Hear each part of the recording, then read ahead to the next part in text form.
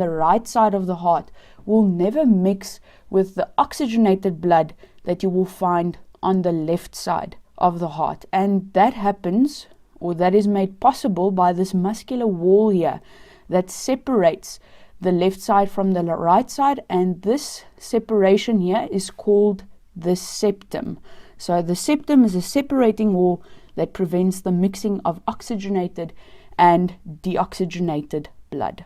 While we are just quickly orientating ourselves here, in the previous video I mentioned that we would do the pulmonary artery and the pulmonary veins later, because there's a catch point here. So as we know, arteries transport oxygenated blood, so they should be represented as red, and veins, deoxygenated blood, so represented as blue. On this diagram, you will note that the pulmonary artery is represented as blue, which means it's transporting deoxygenated blood.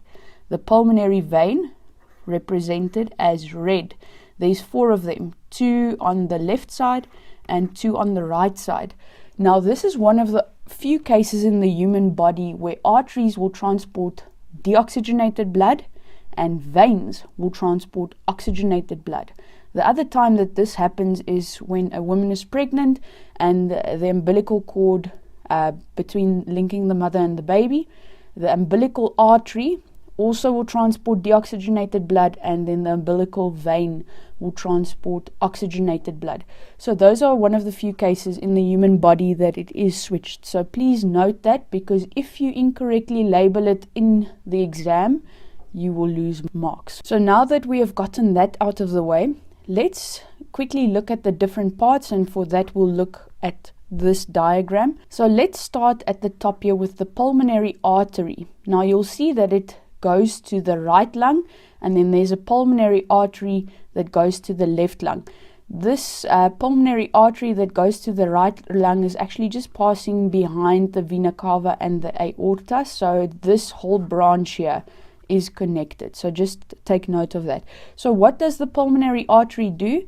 It carries deoxygenated blood from the right ventricle to the lungs. So it takes deoxygenated blood from this bottom chamber and takes it to the lungs to get oxygen. We'll move through the heart in a separate video, and at the end of this I'll just quickly do a quick run through so you will understand. The superior vena cava, we've done that before, so this is the major vein that brings in deoxygenated blood from the top part of the body into this first chamber. So deoxygenated blood comes in from this first chamber